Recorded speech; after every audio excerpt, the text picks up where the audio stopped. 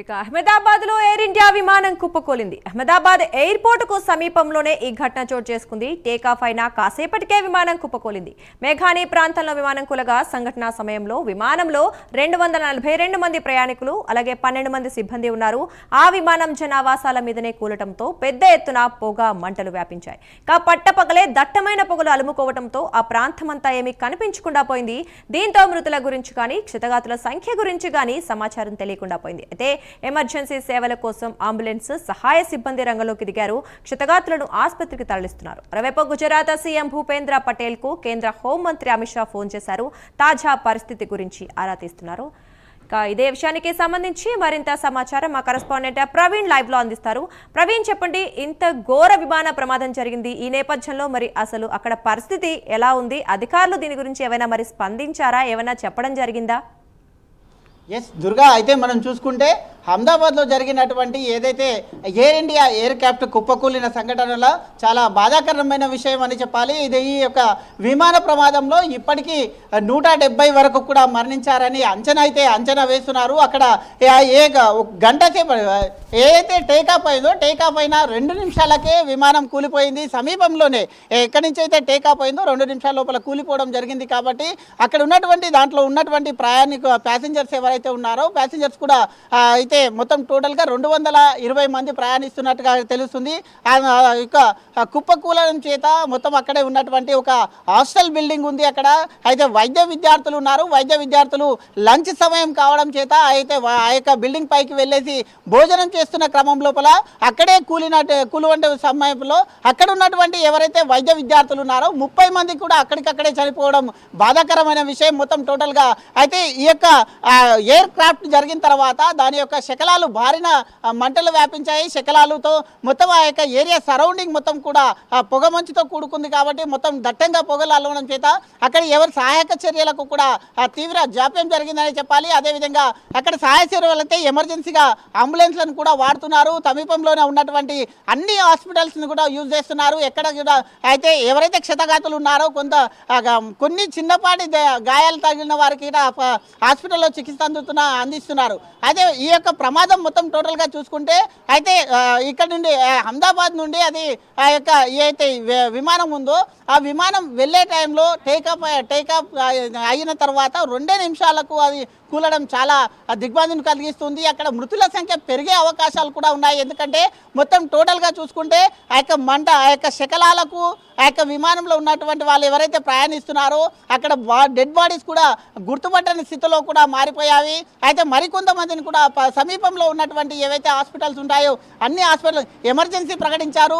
అహ్మదాబాద్ యొక్క ఎయిర్పోర్ట్ని మొత్తం టోటల్గా కూడా క్లోజ్ చేసిన క్రమం చూస్తున్నాము. ఇప్పటికే ఆ యొక్క ఎవరైతే అయితే చనిపోయారో ఆ ఎయిర్ క్రాఫ్ట్లో చనిపోయారో ప్యాసింజర్స్ లిస్ట్ ఏదైతే ఉంటుందో ఆ ప్యాసింజర్ లిస్ట్ కూడా తీసుకుంటున్నారు. అందులోపల ఎంతమంది ప్యాసింజర్స్ ఉన్నారనే కోణం లోపల అయితే దర్యాప్తు కూడా చేస్తున్నారు. ఈ క్రమం లోపలనే ఒక ఎమర్జెన్సీ నంబర్ కూడా కేంద్ర ప్రభుత్వం ఒక ఎమర్జెన్సీ నంబర్ కూడా ఇచ్చింది. ఎవరైతే ఆ ప్రయాణికుల బంధువులు కానీ ఉంటారో ఆ యొక్క ఎమర్జెన్సీ కాంటాక్ట్ నంబర్కు సంప్రదించాలని కూడా ఒక ఎమర్జెన్సీ నంబర్ కూడా ప్రకటించడం జరిగింది. ఈ నేపథ్యం మొత్తం టోటల్గా చూసుకుంటే అయితే ఆ ఫ్లైట్ టేకాఫ్ అయిన 2 నిమిషాలకు ఇలాంటి సంఘటన జరగడం చాలా బాధాకరం అంటూ కూడా ఇదే తెలంగాణ రాష్ట్ర ముఖ్యమంత్రి రేవంత్ రెడ్డి కూడా దిగ్భ్రాంతిని వ్యక్తం చేశారు.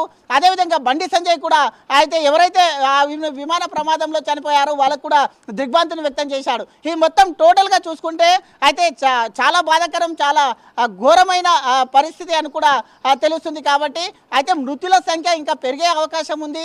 ఎంతమంది చనిపోయారు అనే దానిపైన కూడా క్లారిటీ రావాల్సి ఉంది. కాబట్టి మరి కాసేపట్లో అక్కడైతే ఎయిర్ క్రాఫ్ట్కు సంబంధించిన ఏ విధంగా కూలింది, దాంట్లో ఉన్నటువంటి ఏ ప్రమాదం ఎలా జరిగింది అనే కోణం లోపల అక్కడ ఉన్నటువంటి ఎయిర్ ఫోర్స్ సిబ్బంది చేరుకున్న క్రమం లోపల ఇప్పుడు దర్యాప్తునైతే చేస్తున్నారు.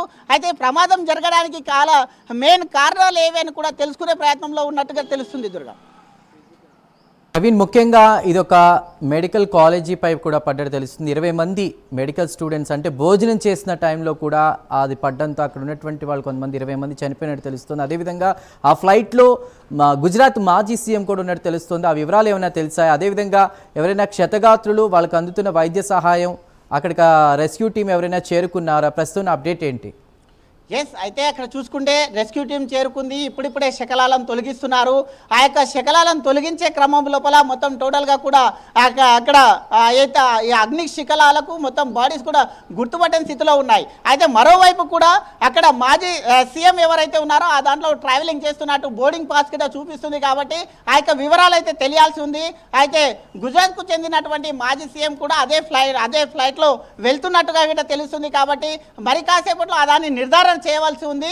అయితే బోర్డింగ్ పాస్ మాత్రం ఇప్పుడిప్పటికే బయట సర్క్యులేట్ అవుతున్న నేపథ్యంలో అయితే ఆ యొక్క మాజీ సీఎం ఆ యొక్క ఎయిర్ క్రాఫ్ట్లో ప్రయాణించారా లేదా అనేది అయితే అధికారులు కన్ఫర్మ్ చేయాలి. అక్కడ ఎమర్జెన్సీ బృందాలు కూడా వచ్చాయి, అంబులెన్స్లను కూడా యూజ్ చేస్తున్నారు. మొత్తం టోటల్గా సమీప హాస్పిటల్కి ఎవరైతే క్షతగాతులు ఉన్నారో ఆ యొక్క కొంతమందిని అక్కడ చూసుకుంటే చెల్లా చెదురుగా పడినటువంటి వాళ్ళ యొక్క బాడీలో పవర్స్ అయితే కాళ్ళు కానీ చేతులు కానీ మొండెం తల వేరుగైన దృశ్యాలను కూడా మనం చూస్తూ ఉన్నాం. అయితే ఆ విధంగా అక్కడ మొత్తం సహాయక చర్యలకు కూడా కాస్త ఇబ్బందిగా ఉంది అని తెలుస్తుంది. ఎందుకంటే దట్టంగా పొగ అలుముకోవడం, అదేవిధంగా మెడికల్ కాలేజ్ బీజే మెడికల్ కాలేజ్ ఉంది. అక్కడ సమీపంలో బీజే మెడికల్ కాలేజ్ ఉండడం వలన ఆ మెడికల్ కాలేజ్ పైన ఒక్కసారిగా కుప్పకూలడం చేత వైద్య విద్యార్థులు అక్కడ కింద హాస్టల్ కూడా ఉంది. ఆ హాస్టల్లో ఉన్నటువంటి ఏదైతే భవనం ఉందో పూర్తిగా ధ్వంసం కావడం జరిగింది. ఆ యొక్క వైద్య విద్యార్థులు ఇంకా ఎంతమందికి క్షతగాతులు ఉన్నారు, ఎంతమంది చనిపోయారు అనేది అయితే మొత్తం ఇంకా తెలియాల్సి ఉంది. అయితే ఇప్పుడిప్పుడే సహాయక చర్యలు మొదలుపెట్టారు కాబట్టి మొత్తం టోటల్గా ఇది కంప్లీట్ కావడానికి ఇంకా సమయం పడుతుంది. అత్యవసరంగా అయితే అక్కడ వైద్యులు కూడా చేరుకుంటున్నారు. అయితే ఎవరికైతే ఎమర్జెన్సీ ట్రీట్మెంట్ ఉంటుందో అక్కడే వైద్యం అందించడానికి వైద్యులు చేరుకుంటున్నారు. కాబట్టి మరి కాసేపట్లో ఆ యొక్క ప్రయాణికుల లిస్ట్ మొత్తం రావడం జరుగుతుంది. ఆ యొక్క ప్రయాణికులు ఎంతమంది ప్రయాణిస్తున్నారు, ఎంతమంది మృతి చెందారనే మొత్తం టోటల్గా దర్యాప్తు అయితే కొనసాగుతుంది. Right Praveen, thank you for the updates.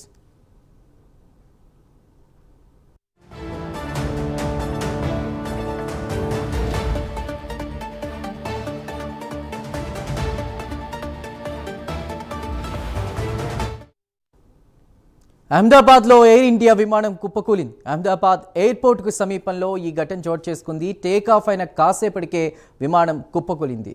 ఇక మేఘాని ప్రాంతంలో విమానం కూలగా సంఘటన సమయంలో విమానంలో 242 మంది ప్రయాణికులు, 12 మంది సిబ్బంది ఉన్నారు. ఆ విమానం జనావాసాల మీద కూలడంతో పెద్ద ఎత్తున పొగ మంటలు వ్యాపించాయి.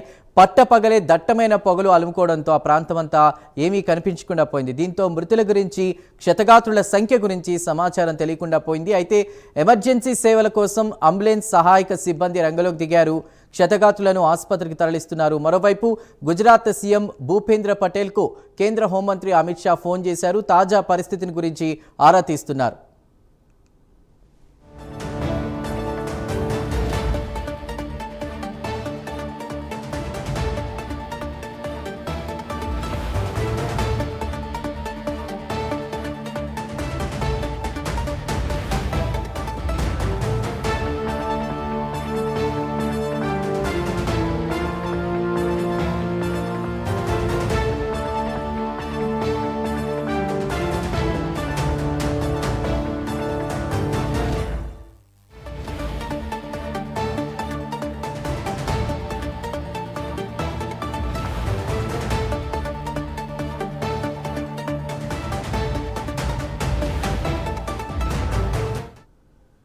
ప్రమాదానికి గురైన విమానం కెప్టెన్గా సుమిత్ సబర్వాల్ ఉండగా కో పైలట్గా క్లైవ్ కుందర్ ఉన్నారు.